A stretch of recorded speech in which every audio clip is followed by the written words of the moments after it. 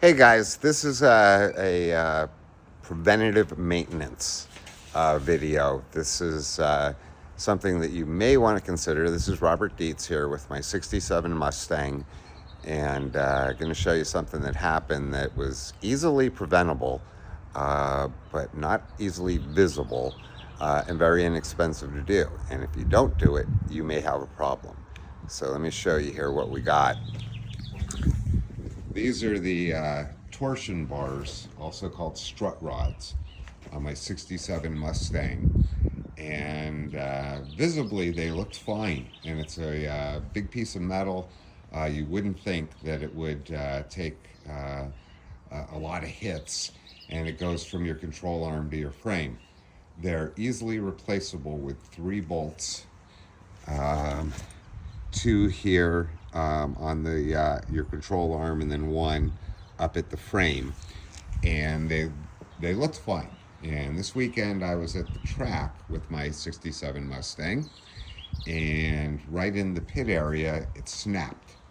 Now I could not find one locally to replace it, so we said, well, let's just weld it. We're only going to be doing runs for 2 days, only going in a straight line. If we weld it up really well, it should be fine.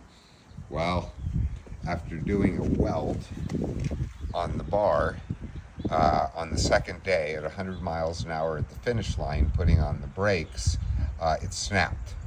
And I can tell you the fact that I actually have a car shouldn't happen about 3 ways, because when that snaps, your front wheel tucks in. It's no longer being held from the front. And I did a skid at about 100 miles an hour across 2 lanes, stopping about 3 feet from the wall and going down. If you were on the freeway and you hit a bump or took and put the brakes on and that snapped, you're going to be going across 2 lanes of traffic real fast.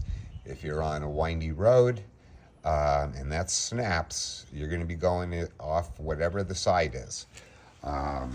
And yet, you can take and replace these. You can see 2 bolts there, 1 there.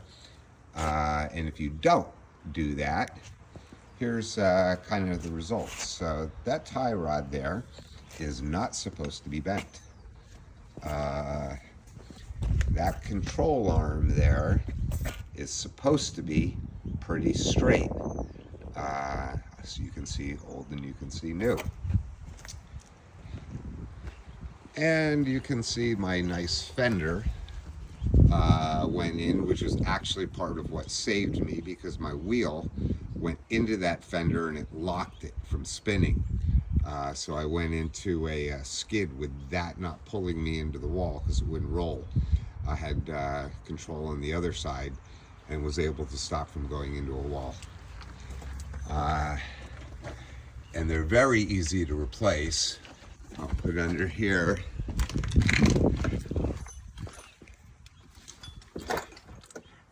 This here is the existing one.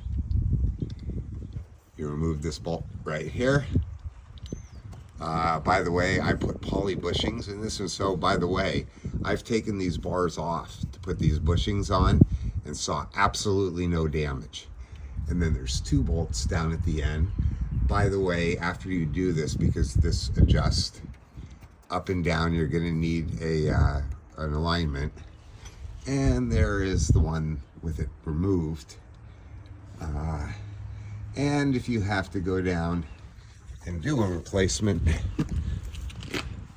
because something bad happened, this here would be where your control arm goes. 1 bolt on the side right here, and then 1 bolt right here that you're going to have to take and tap out with a hammer. My tie rod is off because it's bent, but you do not need to remove this lower piece to replace your control arm. So if you have some damage on that, it's not too hard to replace.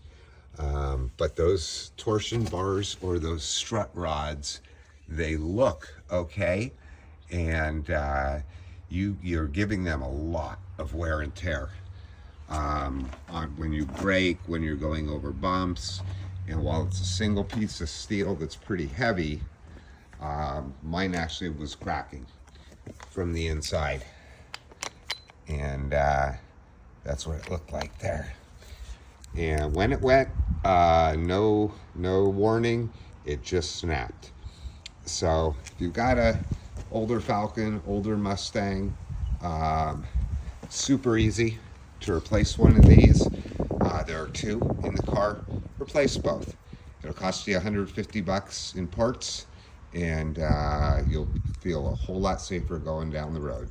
So just an idea from Robert. Hope that helps, and hope your Mustang stays better than mine. Thanks.